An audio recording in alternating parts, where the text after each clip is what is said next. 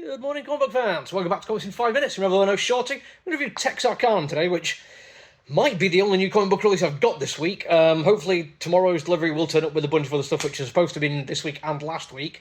But until then, you're just going to get me talking about some very, very cool gothic horror book which I've been looking forward to for a while, because I have been in the mood for American gothic horror for a bit now. I think Miners Long and Lonesome Grave really scratched that itch for me, and it made me just want to have more of it. There's a fantastic looking video game out at the moment, Deep South horror kind of thing, which frustratingly is on a game console I don't have, but I'm hoping it's going to come out on one I can play soon. But I do like this kind of thing. I think ever since Harrow County, I've been looking for more stuff that's going to do this kind of storytelling, and this is a really good version of it. I do have some minor criticism. I think at some points some of the dialogue feels a little bit too much into the heavily scripted kind of line for me. Not that it's bad scripting, it actually flows really quite nicely. There's really nice backwards and forwards, and it uses its dialogue to build up world building and character building effectively, but it certainly doesn't feel like the way people would actually talk really to each other. There's none of the slightly awkward pauses. There's, if anything, it's a little bit too smooth. It's almost like Marvel's Mrs. Maisel, which don't get a fantastically scripted show, but it comes down to the world they're creating with it, and in a way, I think if it carries on like this, I can't really hold it against. If it's intentional, if they're trying to set this up so it is a very smooth-talking bunch of people, totally on each other's wavelengths, just riffing off what they're saying, then yeah, cool, it's going to work. But the first issue, it was at least noticeable. Second very, very minor criticism, that's not how you tell if somebody's fired a revolver. There's a moment where somebody looks through the chambers and sees an empty chamber, and it's like, no, if the rest of them are all in there, then yeah, there's just one that's not in there. That doesn't even let you know that one's been fired. It's not an auto mag. It doesn't eject the empty casing. If you want to know if one's been fired, you need to open up the chamber and check for impact marks on the plate where the hammer hits it. Seeing that was a little bit like, ooh, that just rubs me a little bit the wrong way. Very, very minor. Like, I'm not going to stop reading this book because it got some minor detail wrong, but it's odd that it got it wrong, considering how much the rest of it really worked for me.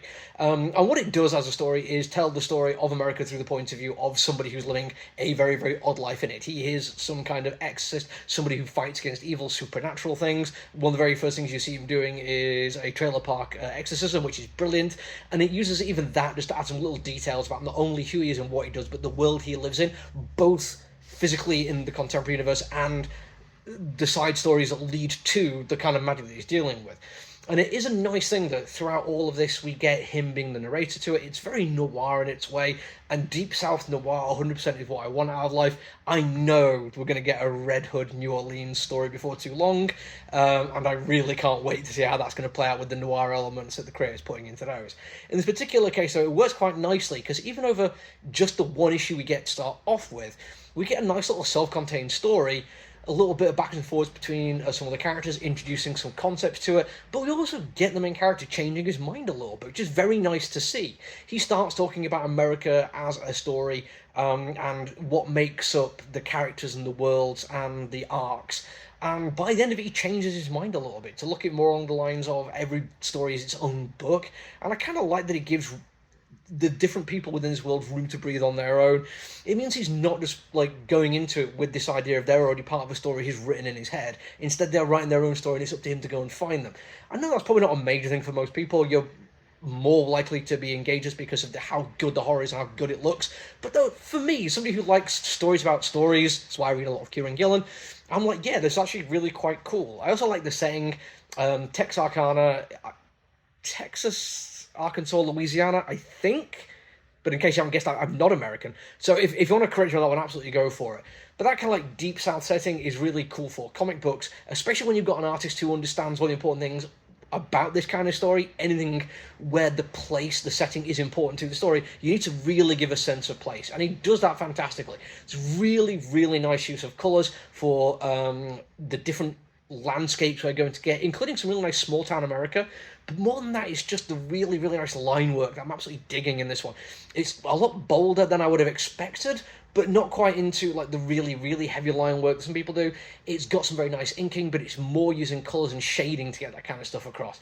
It honestly is absolutely captivating to see, and there's moments when we get into horror, and there is some fantastic brutal horror in here. We get the level of detail he's doing, but also in some kind of wide shots, he knows when to pull back from that and not to let the page get too busy.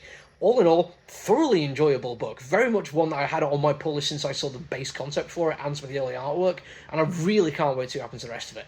If American Gothic is in your bag, it might not hit you as much as I did, but the writing is solid, the story is fantastic, and after that initial arc, it is leaving some threads there to do with other characters and building up the narrative what's going to be the next few issues, including some foreshadowing through flashbacks, which is really, really nicely done. Can't wait for the rest of it. That's it for me for now, though. Until I see you all again, look after you, everyone. Stay safe. Bye.